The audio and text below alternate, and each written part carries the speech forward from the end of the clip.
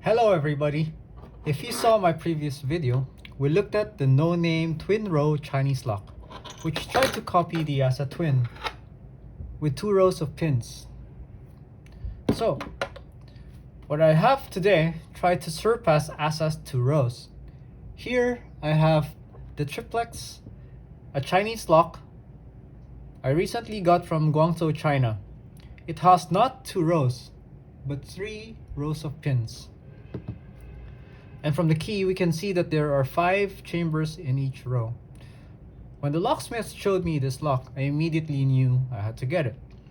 So I have picked this lock before and have figured out the binding order.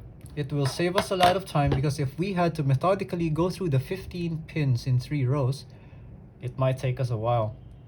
So let's put this in a vise and pick it. So I have given the pins a notation of L, M, and R to indicate left, middle, and right rows to make identifying the pins easier. So M1 is binding. This is a high pin.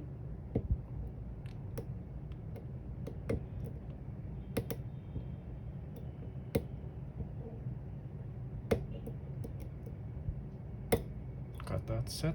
M2, M3. Then we move to the right. R1.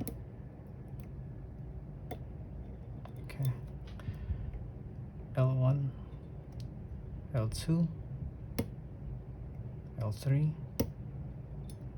So back to the middle, M4 and M5. Okay, got clicks on that one. So back to the right, R1, R2, R3 is binding, R4, R5. On to the left, L1 is now binding. There, got it. Okay, once picked, the core will turn as if in a false set. This is because the left row of pins get stuck in some of the chambers and thus have to be picked so you can turn the whole way. I believe this fundamental flaw in the design might surprise the picker as the core gets stuck, even if the lock has already been picked. So we need to pick the left row to get everything to turn.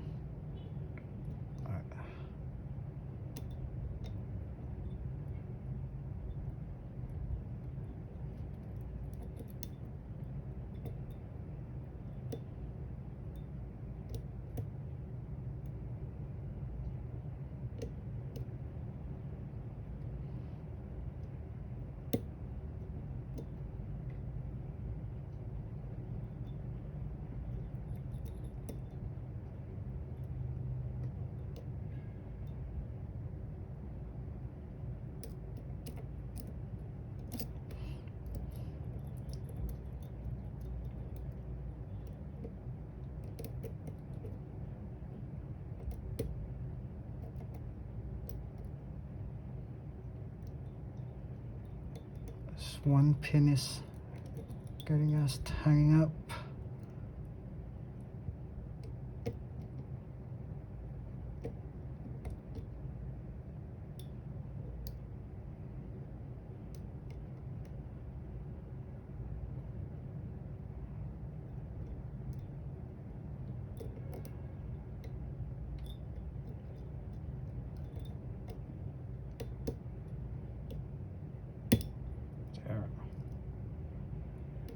That's pin number 4. Okay.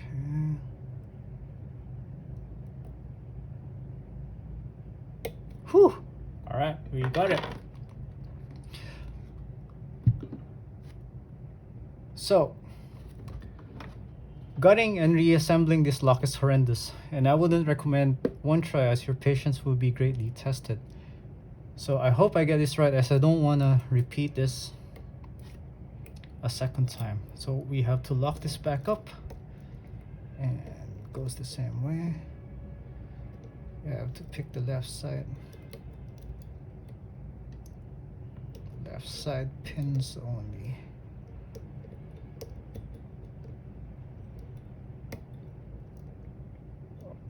One more. All right. Okay.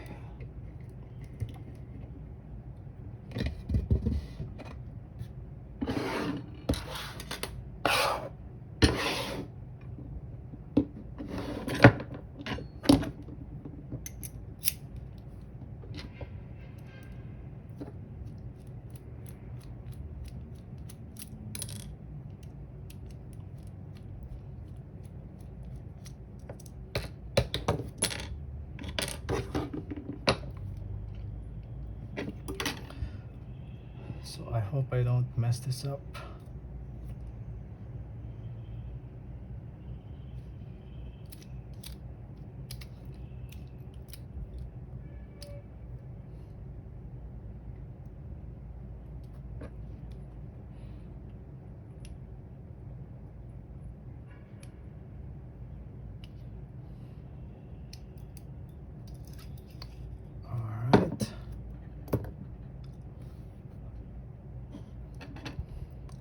Okay, so it looks like a dimple lock, right? And we can see that the machining is not very good. So they kind of had to file this flat to make the pins work. Okay, let's take out the pins, see what they look like. All right. So I might not have enough space on my pinning block, so we'll see how this goes. Okay, so middle, top,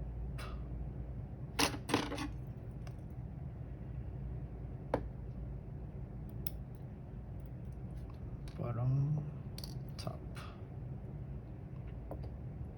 middle, bottom, top, middle,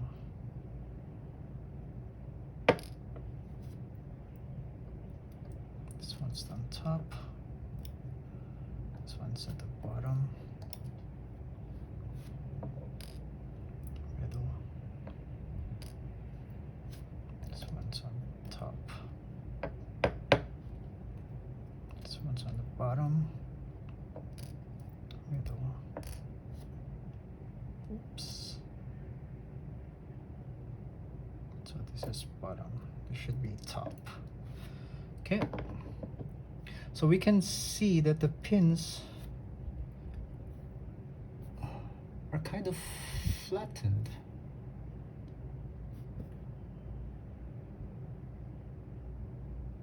From one side. It's not perfectly round.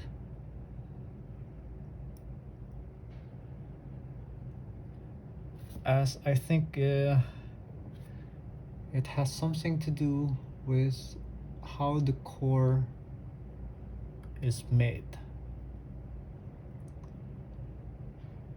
All right, let's get to the top pins. I might need another pinning tray for this.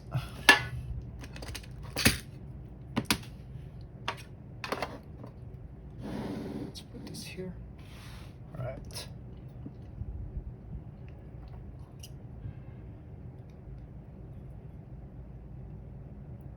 So pin 1, middle, that's top, this one's bottom, pin 2 won't even come out, it's kind of stuck in there. So they have these tiny little springs. All right. Anyway, top, bottom, 3, top and bottom.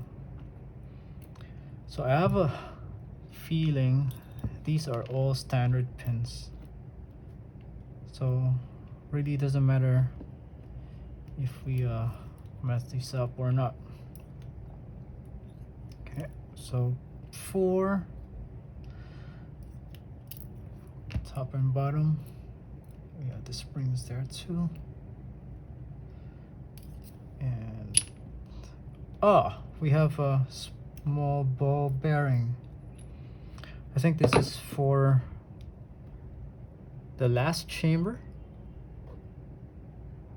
Goes on the last chamber, so it matches to this part of the core, so it kind of aligns the key.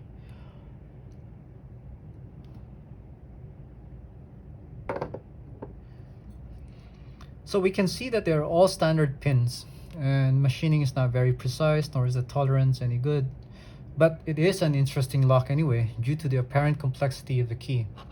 When I asked the locksmith if he had one with 4 rows, he chuckled and said, no such thing here. I hope you have enjoyed it, and I'll have another Chinese lock soon. If you're in the Southeast Asian region and would like to have a go at these locks, please get in touch with me, and I'll see if we could find a reasonable way to get these to you.